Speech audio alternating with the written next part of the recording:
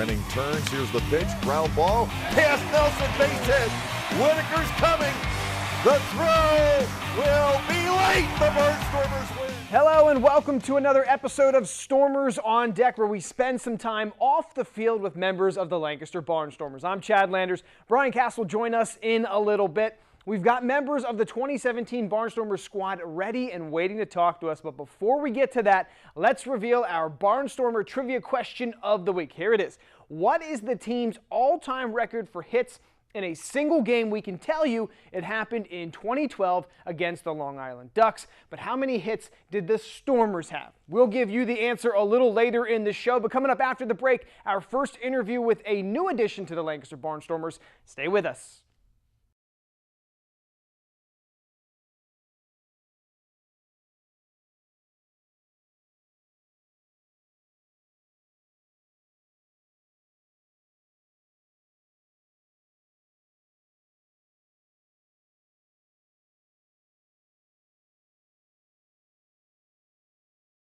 Welcome back to Stormers on Deck. One of the main purposes of the Atlantic League is to get its players signed back to affiliated ball. Such was the case for outfielder and Barnstormers newcomer Darian Sandford. His contract purchased by the Washington Nationals organization. He's now in Double-A with the Harrisburg Senators. But while he was still in a Stormers uniform setting the league on fire, our Brian Cast had a chance to talk to the man with lightning quick speed on the base paths.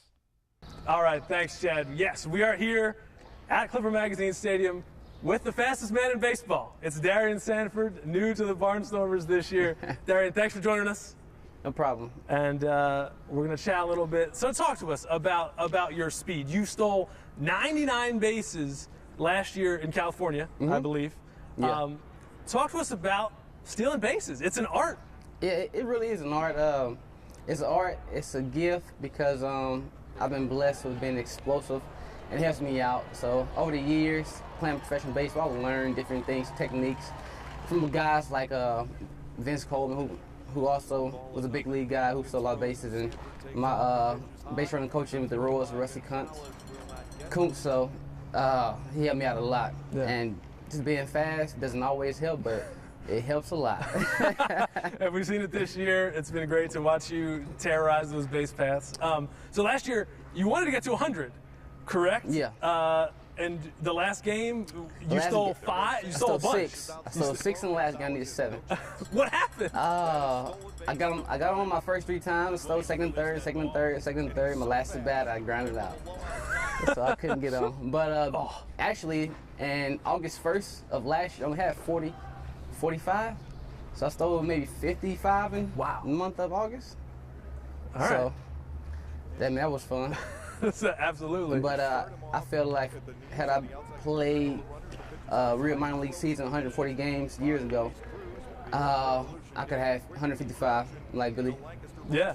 Yeah. Well, we'll see what you get with a pretty full schedule this season here in Lancaster. Talk about coming to the Barnstormers this year. How did it come about? And it's the highest level I think you've ever played at, correct? Yeah, it really is. Last year I was like, if I'm not gonna play at the highest level or the closest level to AAA, then I'm not gonna play baseball. I just go back to California, hang out with my family and friends, and play ball and enjoy that. But I got in contact with Ross, and he told me his philosophy, and I'm like, let's go, let's make something happen.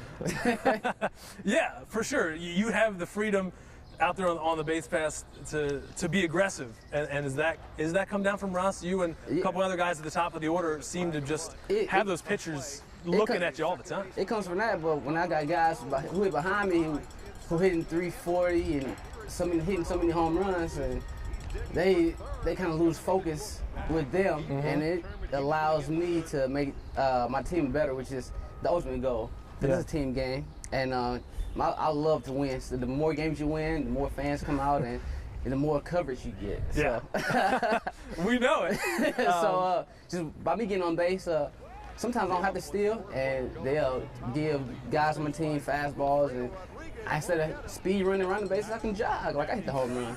So it feels good sometimes. That's nice. Take a little breather. Yeah. And you guys this year from 0-4 to now first place, and you guys are really in a groove lately. And as the you know, the summer comes, warm weather, get more people out here. What are you looking forward to sort of the rest of this summer? Actually waiting for it to get warm because I feel like we'd be able to put on a better show. When it's cold, you still feel like you got the handcuffs on. You're scared to swing hard or you're scared to run. But when it gets warm, like nice days like this, and the fans come out, and I think we put on a good show as far as stealing bases, hitting home runs, and playing great defense, because that's what we've been winning a lot of ball games with. Because what people don't really understand, we are a great defensive baseball team. I mean, we make plays in the outfield, we make plays in the infield. We got some new additions we have a lot of athletes on this team too as well. So it's fun when guys hit balls and they think it's a double, and just to get run down and caught, and they jog back to the dugout with their head down, and that confidence is gone. So has this been what you've expected? Were you expecting? Were you nervous coming in here to Lancaster, and what you were gonna see? I wasn't really nervous because I always felt like I could play at the highest level. I just never really got the opportunity because I played different sports growing up, and I always got overlooked when it came to baseball because I was just an athlete. I didn't really have the fundamental aspect of the game down. Sure. So I always got overlooked, and then coming here, guys who play in the big leagues just been helping me out a ton and just helped me achieve my potential. And that's really what I lacked years previously. So I was just fast. But now, as far as hitting, once I learn how to hit, I feel like I can play at the highest level and still do the same stuff. Guys are doing like D. Gordon, Billy Hamilton. So I feel like I'm the same player, if not better. Absolutely. So, fine-tune the skills. Fine-tune that swing. That's what we got to do. We're talking a little bit about you growing up in Missouri. I grew up in St. Louis. I grew up in St. Louis, the city of St. Louis. Playing on some of the toughest fields. Right, in in the city, baseball, sometimes fields are hard to come by. They're terrible. I can't remember a field actually getting dragged or playing on a dragged field until I got to high school. Wow. At that, because a lot of times growing up, my dad would coach me, and we'd just be playing, go to different city fields, and sometimes it wouldn't be no line, no batter's box, nothing, just dirt and umpires. And it's like, go out there and play. So it's glass on the field sometimes, and so when I come out here, you guys talk about the field, I'm like, this is like heaven to me. I didn't play it on a lot worse. Yeah, heck yeah. So. Cool, man. And finally, off the field, tell us about what are your hobbies off the field. What do you do? Do you have any interesting pursuits? What do you do? What do you do off the field? I love movies. I'm a big movie guy. When movies come out, I'm probably the first one standing in line to see a new movie. You like superhero? You like Marvel movies? I like Marvel movies. Okay. I like scary movies. I like women movies too. the romantic comedies, I like the romantic comedies that me and my fiance go to. Awesome. She thinks she's dragging me to, but I don't mind watching them because it's entertainment for me. What's your favorite movie of all time? What do you think? Putting you on the spot. My favorite movie of all time, I tell you, I can watch Any Given Sunday. Okay. I like Any Given Sunday. That's one of my favorite movies when it comes to sports. There's so many. So many. All right. What's the? Fast and Furious. I love every single one of them. Every single one of them. From the last one I seen here in Lancaster. Yeah. So it's all right. I'm really a big movie guy. Well, fantastic. I like cars too. All right. I like fast cars. Hopefully one day I can afford one. One day, when you make it to the big leagues, you'll get the fastest car on the market. Yep. All right, Darian, appreciate you joining us. Good luck the rest of the way. Thank you. And we'll be right back here on Stormers on Deck.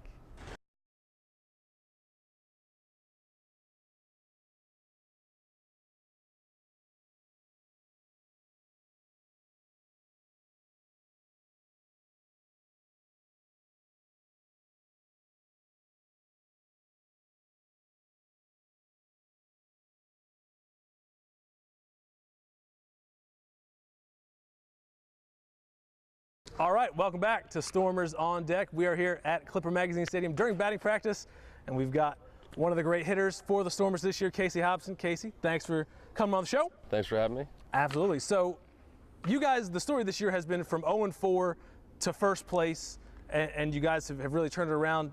Great season so far, a lot of hitters. What's the mood with you guys right now, and seem to be on a roll, scoring runs and having fun? Yeah, I mean, that's the goal, especially for hitters. You know, we want to score some runs, and, you know, like those first four games of the season, we just didn't really put anything together offensively, but after that, we just kind of came out, you know, banging like we knew we would. We have a lineup that, you know, gonna hit homers, and clearly we have a lot of guys that hit for average, so. And we had some guys here that had success last year too, so that's just, I mean, we knew we were gonna hit, just, you can't panic, you know, 4 games is 4 games, and that's why we've been able to jump out to, you know, where we're at now. Yeah, and a lot of speed this year in the lineup. You got some guys hitting in front of you between Darian Sandford, Rico Noel. They're usually on base when you're up there. How cool has that been to have them hitting in front of you? You know, it's always nice. You know, Gendel hits in front of me too. So, you know, we talked about this a few weeks ago. He had a bunch of RBIs in, you know, a week span. He had like 13 RBIs or whatever. And I was like, dang, man, he jumped out. And he was like, yeah, they come in bunches, but they do. You know, RBIs will come in bunches. So I had to, I've had a stretch here the last week and a half, 2 weeks where I've had quite a bit to jump out. But those things come in bunches. You know, one guy's going to pick them up. You know, the other guy. Like I said, Gendel drove in some runs. You know, I would walk or get out, and then Halton behind me drove in some runs. So RBIs and that kind of stuff come in bunches. Absolutely. So talk to us about sort of your journey here. Obviously, the goal is to get back to affiliated ball. But while you're here, you know, how has Ross gathered this team together, and what's his message here been as a first-year head coach? Really just to play hard, you know, do all the right things, you know, hustle. That's his big thing. He's a hustle guy, and just play the game the right way, really. But I mean, everyone's journey is different. You know, some guys have been to the highest level, some guys have, you know, not been past rookie ball. It just depends, and we all have one goal, and you know, it's just a waiting game, and while we're here, we're just gonna play hard and do the best we can. Yeah. So let's get to some personal stuff. You know, do you live in Lancaster during the season? Are you with the host family? During the season, yeah, I'm with the host family during the season. The Drods, I don't mind it. I like it. You know, I think it's, you know, it's part of, you know, the game, and, you know, I know a lot of teams do it. But it's, you know, it's cool. I have a good host family. I can't complain. A great thanks goes out to them for hosting me.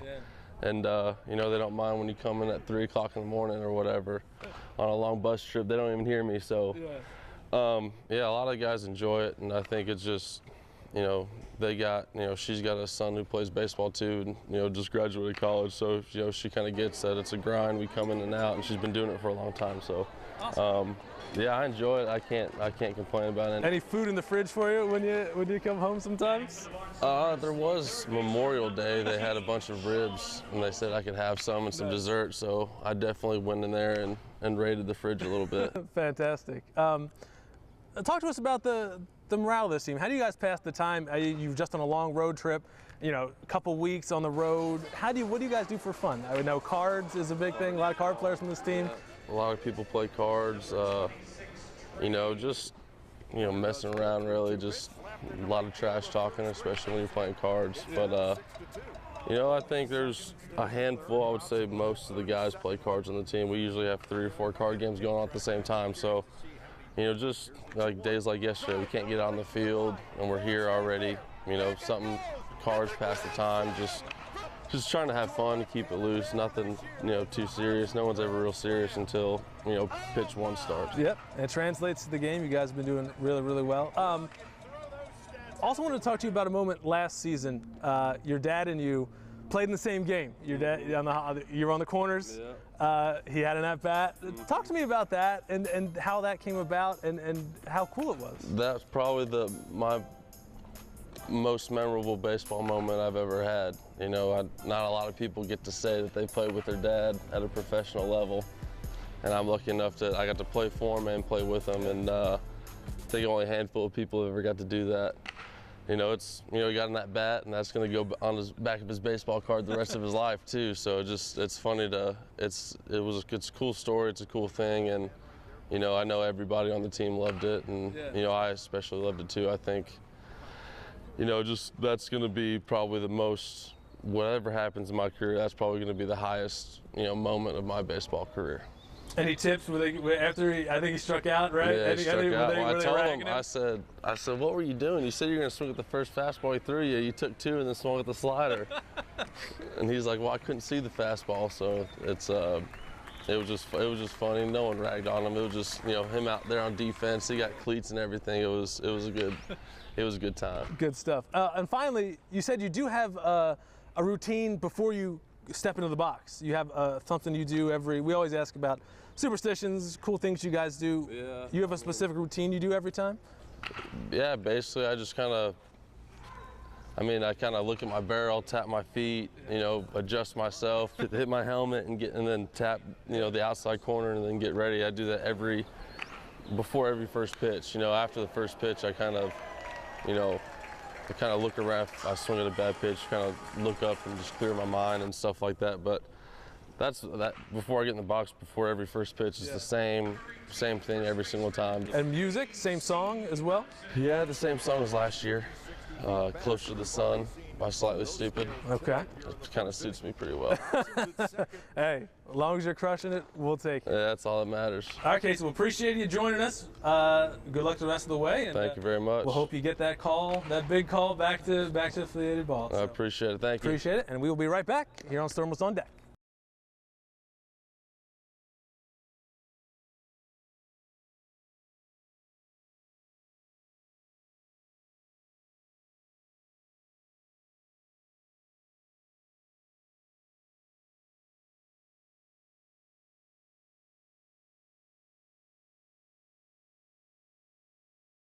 All right, welcome back to Stormers on Deck. Little time for Coach's Corner. We're here with Scott Patterson, Barnstormers legend, although he might dispute that. But Scott, thanks for joining us. Thank you. Thanks for having me. Absolutely. You are the pitching coach, first year in that role. Talk to me about moving to that role from the field to now being in charge of these arms. You just you got to make sure that the big difference is you got to make sure who's ready to throw and who's not.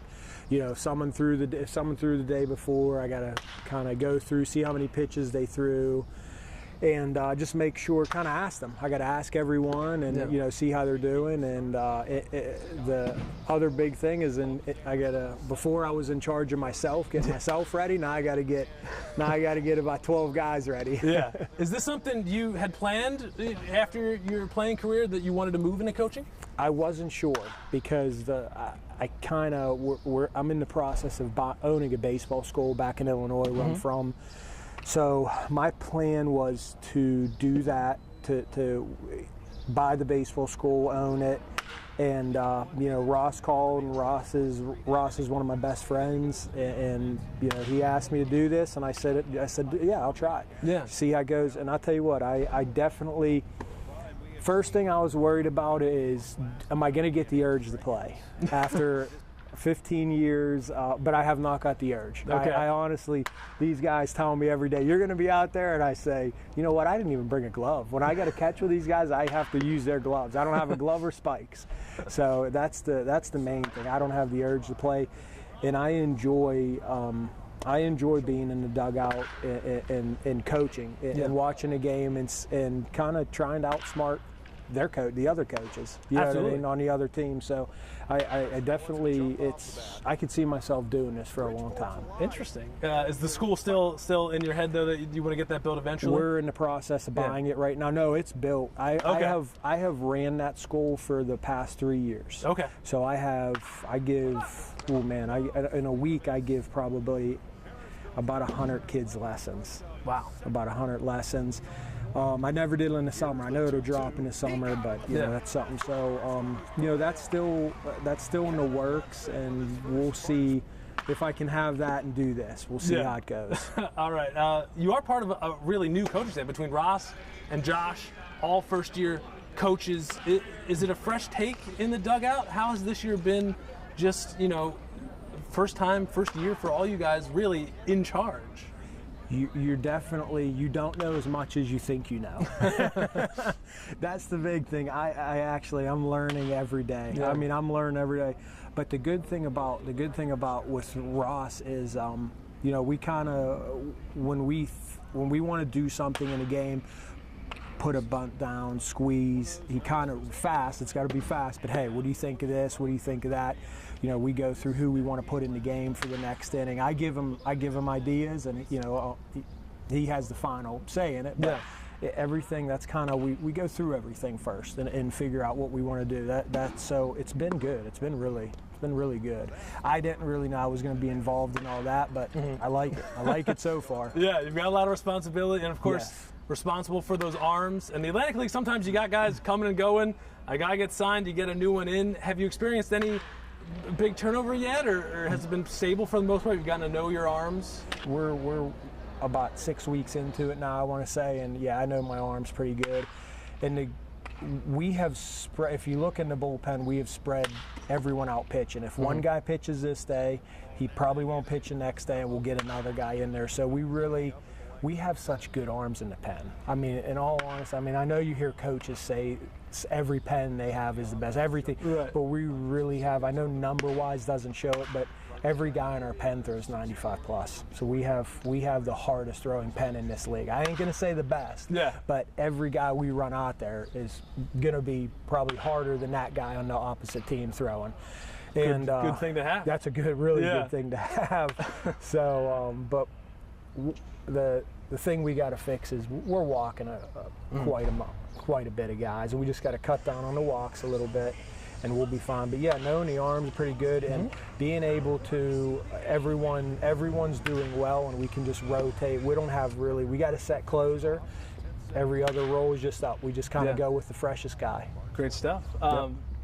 Something I always want to ask is, how do you pass the time in the dugout? You've been in a lot of bullpens, a lot of innings. What do you guys talk about out there? How do you guys stay sane out there in a game? In the bullpen, you mean? Yeah, in the bullpen, out in the bullpen. Yeah. I tell you what, I would go in the clubhouse a lot. Okay. And, you know, I'd go in the clubhouse a lot till the fifth, because I was always a back end guy, always 8th or 9th inning guy. And I would go in the clubhouse and just, I'll be honest with you, I was always on my phone texting till about I'd go in, I'd still watch the game. Yeah. And then about the 5th is when I would watch and kind of see, I wanted to see the strike zone. I wanted to see, the big thing I wanted to see, was it a small strike zone or big strike zone with the umpire, and who's the hot hitters for that day.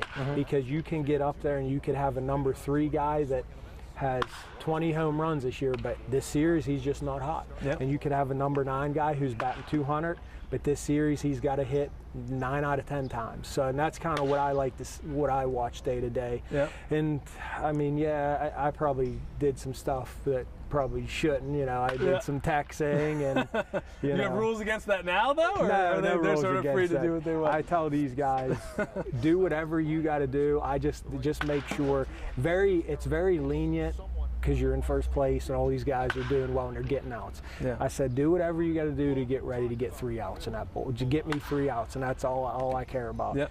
I want to make sure the guys are getting their work done, meaning arm exercises, and, you know, getting to the gym, getting to the Y across the street. Yep. That's about it. All right, you guys, great mood with this team, great feeling. I think you guys are on a roll as summer comes here. Oh. Still looking pretty good. I mean, we probably one of the best record, if not the best in this league, and we'll just keep it rolling from here. And I know we're going to go through 144 games. You're going to go through some down parts. Yep. We haven't hit the down yet, but when we do, we just kind of see. We might not. I've been through probably 2 or 3 seasons where you didn't hit a down part, and you won 100 games that year. And, but you know, we'll see. From 0-4 to first place right now. We'll take it. Yes, we'll take it. All right, thanks, Scott. Thank you. Appreciate it. Good luck the rest of the way. Yes. And we will be right back here on Stormers on Deck.